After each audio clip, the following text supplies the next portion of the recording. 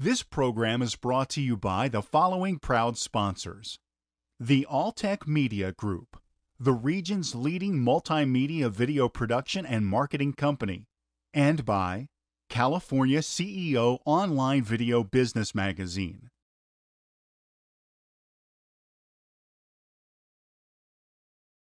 Again, my name is Kevin Oneil. I'm a founder and CEO for Cyber Research. What I'm going to talk about in the 6 minutes here is a user-controlled, user-monetized mobile advertising. I want to put us in control of the advertising on our phones, and I want us to be able to monetize our personal information and to control that. And I believe this is going to be a strategic advantage for merchants in the future to have a trusted, direct relationship with us. Company, we're a software engineering company. Also, we're a patent portfolio management company, intellectual property. So we do enterprise architecture, security consulting. But the three services that we're planning on providing underneath the banner of what we call eBazaar is essentially a trusted community of merchants and consumers. And we're able to, quote, provide trusted identities, the ability to manage reputations, and more importantly, the ability to manage information. Now, to date, we've got 3 patents. Filed these some years ago, but we've earned to date about $416,000 off of this patent monetization revenue. We are anticipating we need another $1 million to take our prototypes to final production. So again, the mission is simple: put us in control of our information wherever it exists and give us the capability to monetize it. What is privacy? This is an internationally debated issue today. Naming, many of us believe that privacy is gone. It's been obliterated. It doesn't exist. I'm making an argument that we can take it back. And we do it through this human right, which I call informational self-determination. Now, I'm not alone. There are many governments around the world that have enacted laws, data protection laws worldwide, to protect this right.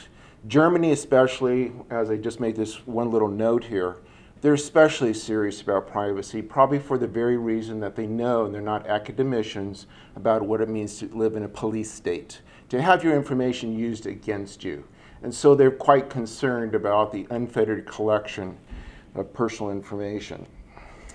So yes, there is a war against privacy. It's been going on for years.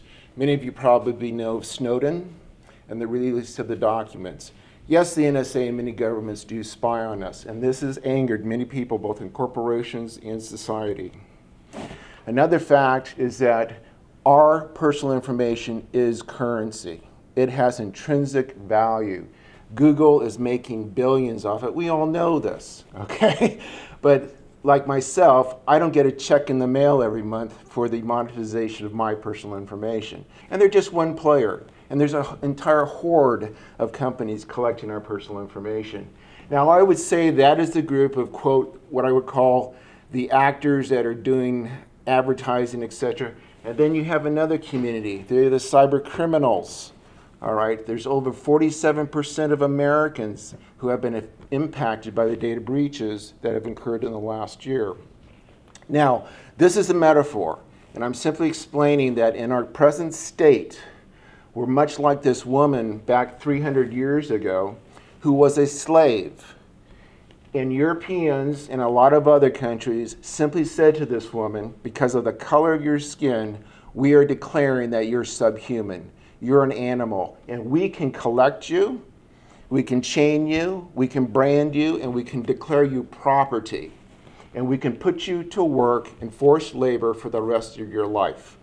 I am simply saying by a metaphor, this is what is happening to us today. We are all slaves. We are all being denied our fundamental right of informational self-determination, our right of freedom, our right to control our information.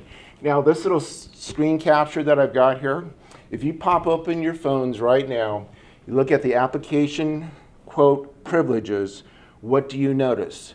They're collecting as much as they can on us. This device is a surveillance device. They're pulling up our contacts, tracking our location, you name it. Now, what is the problem here? Why can't we control our information? I'm an engineer, I'm a scientist. I've looked at this problem deeply for the last 30 years. I had this problem working for the Air Force. I've had this problem working for the Army and others on classified programs. How do you protect a bag of bits? The problem is that our information systems are fundamentally based on the trafficking of primitive data objects. This is my medical record, okay? And it is an XML file, and it's very easy to manipulate, it's very easy to send to other people, and it has no ability to protect self or govern self. Even if I encrypt it, encryption's great, folks, but once you provide somebody a key to decrypt that file, do you have any further control? Absolutely not. They can do whatever they want with it. So I am simply creating an invention, much like this invention, over 200 years ago. It's a bottle cap. It's a way of sealing a liquid. I'm giving you a way of sealing your information, put it inside of what I call a software agent, and now you can control that information wherever it exists. This is essentially part of a 110-page patent, and there are several patents, and that's essentially the early prototype. So what I'm trying to say here is that I want to create a new industry. I would like to create the personal information banking and brokerage industry. Put us in control of our information so that we can actually earn income with it. It'll be under our control. This again is another prototype. This is the trusted advertising agent. Again, it's user controlled. So you specify, here's my data, here's the cost of that information, this is my price for the quote licensing of my information. And frankly, folks, I argue never sell your information. You remain in control of it. And I know I'm running out of time here. Okay, so we're essentially building an ecosystem where agents representing products, agents representing consumers can be matched. Namely, merchants want to qualify us. They want to know, do you meet the characteristics that are necessary for my advertising? They want to know that. But again, there's no trust relationship. I want to be able to control that information. Secondly, I want to be able to say to us, let's do this in a trusted fashion. Don't lie about your information. Simply say, yes, this is my information. I'm digitally signing it, saying it's true. And the merchant says, yes, great. Let's have a relationship. Okay, go to market. You'll be able to buy essentially a trusted advertising agent, a technology, and you'll also purchase a digital certificate. Now, if you want to, quote, self-certify, and you want to say, just trust me, I'm just telling you I'm Kevin, you can do that. But if you have somebody legally take on the liability of saying that Jay is Jay or Mike is Mike, I'm taking on a liability as a corporation. But you'll be able to go on the internet and have essentially a trusted signed digital identity. Most of the people I've talked to fall into two buckets here as far as the communicator. This is the quote software that allows you to manage your identity wherever it exists, to interact with brokers, quote, excuse me, with the merchants, and also control your information. Subscription, $0. You do it for free, but you're not interested in the advertising revenue that you're going to generate yourself. Second category is I'd be willing to split that revenue with cyber research 50-50. This is a person who doesn't want to pay the monthly subscription. And the third model is, yes, I'll pay a monthly subscription and I'll split the revenue 80-20. Guess who's getting the 80%? It's the consumer. Partnership. Yes, I'm in a relationship with Samsung, intellectual property, management team. Myself, 25 years in the industry. Ron Martin, 30 years financial services. Glenn Seidman's my CTO, 20 years in the software industry. Any questions? What Yes. are your next steps? Okay. I have a small group of angels. Probably about, a year ago, wasn't doing so well at the company. And so 3 of them said, Kevin, we'd like to exercise the agreement and get out of this thing, okay? And so I got my first check for my first patent, quote, licensing, and it was more than enough to pay them out. But 3 other investors stayed with me. I need more. So one of my first next steps here is to continue to market this venture plan, talk to other angels, other communities, and look for more angel investors. I go up to San Francisco, been up there at least 3 times this year, You never know who you're going to meet at a conference. I sit down to a gentleman at the Samsung conference. He's one of the Menlo Park guys. I got a minute with him, said, Kevin, you did a very good job. Let's continue to talk. So I'm talking to 2 VC firms right now up in the Bay Area. So those talks continue. I do want to go back to the SB loan bucket. I tried this 5 years ago, didn't get anywhere. A lot of paperwork, but since we're making some income now, we can demonstrate some revenues, we might have a chance to get an SBA loan. Incubator accelerators, yes. I do want to continue to be a part of one of those programs, maybe Marietta, etc., and there's several of them out there. Crowdfunding, that is a possibility, so we continue to look at that. All of us, there's about a dozen of us, we have no full-time employees, okay? I've been working at other companies for years, and right now, once again, I may have to go out and get a real job, okay, and continue to fund this thing. But the reality is that there's about a dozen of us that say, Kevin, hey, Kevin, when are you going to get some funding so I can work full-time on this? So I pay them out of my own pocket to do other work for me. I am the principal engineer and have built most of the systems myself, but when I come into some particular aspects of the technology, I go to some other guys that are further along in their day-to-day, they're writing code every day. And more marketing, giving presentations like this, demonstrating the prototype, getting a video done. This is all good marketing. Other questions? You have a prototype? Yes. Is your software mainly for mobile devices, or how does it actually work? Well, right now we have very limited resources. So as software engineers, we pick a platform, and we picked Samsung because of our workings with Apple, which I'll just be frank with you, is difficult because we're down into the engine of the security. Okay, some companies are more closed about that than others. Samsung is more open. And with what is called Knox, which is they're promoting, is a security container. They want to have application developers like us work with them to promote Knox, which is their secure container. So we want to be a part of the Knox program, so when enterprise clients, corporations, purchase Knox, the FBI, the NSA, all these guys have signed off on the use of Knox, okay? So we can sell to those guys, okay, or the military and other organizations. But it is software right now that's written in Java, running on an Android platform. So if you've got an Android device, that's where we plan to run. I don't want to get too technical here, but there's a trusted execution environment that's built into most of your phones. This is a technology that's been around for 5 years. It was licensed by ARM to many of the chip manufacturers. It's in your phone. Consider it a sort of black box. It's a very secret location, highly protected. And there's a big debate as to whether or not developers like ourselves, people like me, can write applications to run inside of this environment. And that's the tension. There are licensing programs where I can get technology, but it's extremely expensive to do that. Is there a way to have this coming at the other way from the consumer side? And that's going to push the OEM, to adopt it faster. So you've got the consumers that will like the idea of monetizing their information. This, as you might understand, is very disruptive. Google doesn't like me. Okay. Facebook, they do not want us to control our information. There's just no way. And you have to understand that Samsung, as a corporation, has to deal with their partnerships with these other big companies. So I'm trying to think, what can I say to you guys? I'm under NDA. Okay.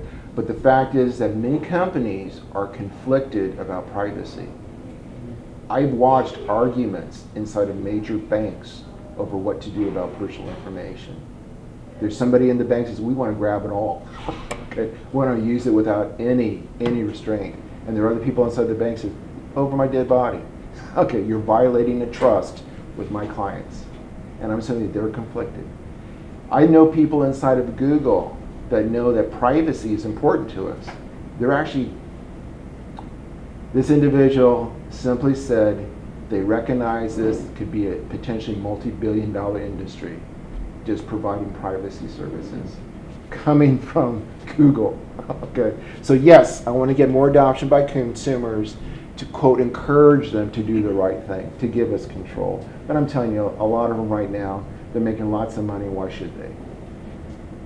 And why would anyone really be a great demand for signing on to something like this, knowing that there are methods out there right now to exchange privacy between two individuals, and people just don't do it? Something like what you were just stating a little while ago. And when the information that they can get today is free, why would anybody sign on and pay you to try to monetize privacy when it's already available and they don't use it? Good question, and I want to feed it back to you so I understand. Why should anybody want this technology? No, why would there be a big demand for it? Because there are similar technologies that allow people to get, exchange it personally and control that information that they actually send out, and people don't use it. I know people can share information secretly, namely they can encrypt it, but again, once they decrypt it, there's no further control. So I don't know of a product that allows me to control information post-decryption. Namely, if I encrypt a message and send it to you, I give you the key, you unlock it, now you can do whatever you want with that information. That is the present circumstance that we're in. I don't know of another technology that allows you to continue to control post-decryption. So how does your information then, when it gets to the person, how do you control it after it gets out? Because that's the, once it goes to a person, then what other control do you have over it? Okay. As a software engineer, we have what are called primitive objects. For instance, a date, a floating point number, an integer. These are part of the language. These are called primitives. They cannot protect themselves. I've simply designed another object that is self-protecting. I'm never sending anybody primitive information. I'm sending them a software agent. What's your first name? I'm Robert. Robert. I am binding Robert's rules to his birth date. So wherever his birth date is, Robert's rules are there, plus an audit trail, plus a certificate, plus encryption. So when I send Robert's birth date, I'm just not sending, quote, raw text, dumb data. I'm actually sending Robert plus Robert's rules. So when Robert's data plus his rules hit that other machine, that machine looks at it and says, oh, these are Robert's rules. I might say, you can see my birth date for the next 2 days. After that, it's gone. So again, I'm not sending primitive data anymore. I'm actually sending a compound software object that binds your policy to it. So no matter where it exists, Robert is still in control. Do you understand the distinction? Absolutely, and so if that's the case, there's other software out there that does what you just described. Well, I don't know of it because I've sued a couple companies who did do that. So, but once that info, that object gets there, right, and to the receiver, okay, then right, that person has basically the control that you've given them. What's to prevent that person from giving it to someone else? Again, exchange rules are attached to it. They can't send it off someplace. Again, this is a self-protecting software agent that's residing in a piece of hardware that's preventing certain actions. You can't even turn on a software debugger. You can't peer inside this thing.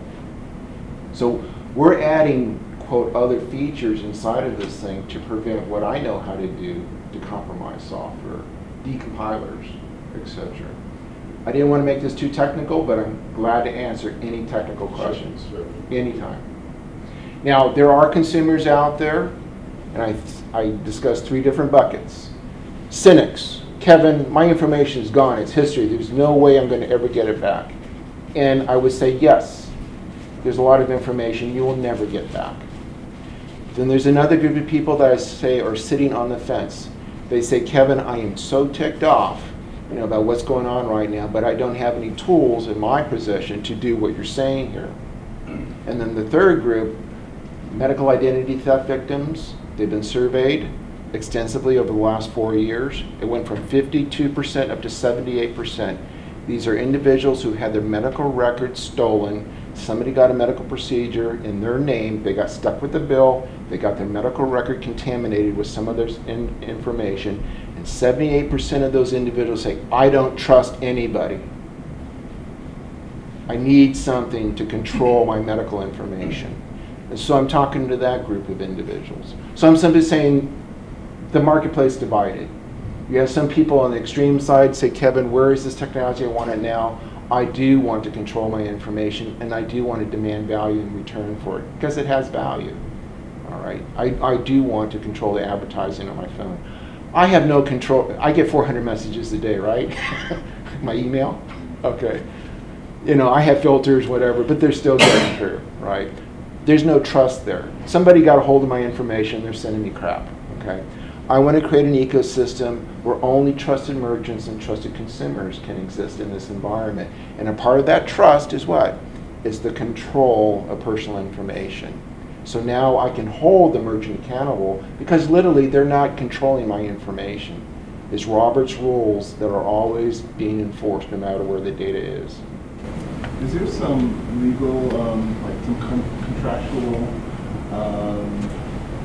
control as well? I'm asking this in part, it's almost like a follow-on to Robert's question, because let's say I'm part of the system, I interact with your software object, right. I'm able to extract, say, your birth date. Once I have that birth date, let's say the controls only allowed me to have it for, say, a week. So the following week, because I had read your birth date the previous week, I then hold on to it and publish it or sell it to somebody else. Is there some contractual reason why I can't do that, or is it all meant to be technical controls? Okay, most of us, by my experience, probably yours, we never read the contracts. When you download an app, it goes on pages and pages. We never read that stuff. Rather than reading a lengthy and there is going to be a contract, and there has to be, okay? There is a contract. But I would rather take that legalese language and put it into very simple rules. You can see this or display this for the next 24 hours. That's easy to understand, a little checkbox here. You can't store it on your device, another checkbox. Another checkbox may say, hey, after 24 hours it goes through a lockdown process. But again, these are rules that are established by you and me. So anybody can read these things and say, that's my contract. Okay. But what is behind that, because I operated in the state of California, there's already what are called digital signature laws in place. There's a lot of legislation out there governing this technology, in particular digital signatures. So if I'm going to, quote, be a certificate issuer to say that Robert is Robert or Kevin is Kevin, there's a whole bunch of legalese that goes with that. And so I'm simply saying that's not a simple question. Yes, we are going to have a contract, but part of that contract is going to be visible, easy to read for everybody, so they can see what the rules are regarding the information. And again, I need to emphasize this. Data is contained inside of a software agent. I know a couple of you said, well, they're going to extract it. No, there's no extraction going on unless you allow it. And that is going to be audited. So if you do allow somebody to, quote, take intelligent data and turn it back into dumb data, you'll have an audit trail of it, but you'll have to decide whether or not you're going to allow that to happen. So I talk to hospitals. Yes, they say, Kevin, we want you to interoperate with our existing EHR system. You need to extract it in the dumb old data type. It's an HL7 compliant document. And so we'll give that option to people to choose, but it will be audited. I got one final question, and we're going to go to the next person. But what can the 1 Million Cups community do for you, Kevin, to help you move your project forward? Okay. I need people talking about it. I need people networking. You know, if there are any investors out there, you know, there's software engineers. I do need marketing guys. I'm the only business development guy right now. Okay, so I'm the guy knocking on doors, you know, getting inside of companies, etc. So 1 Million Cups can quote, honestly, what you've done today is fantastic, because I always love a first-time impression. do they really understand what the heck I'm talking about? So I love the interaction. So that's value in and of itself. That first time impression of what the heck is this thing? Okay. Secondly, yes, networking. And thirdly, you know, I can give you my business cards, you got my email, etc. Let's talk some more.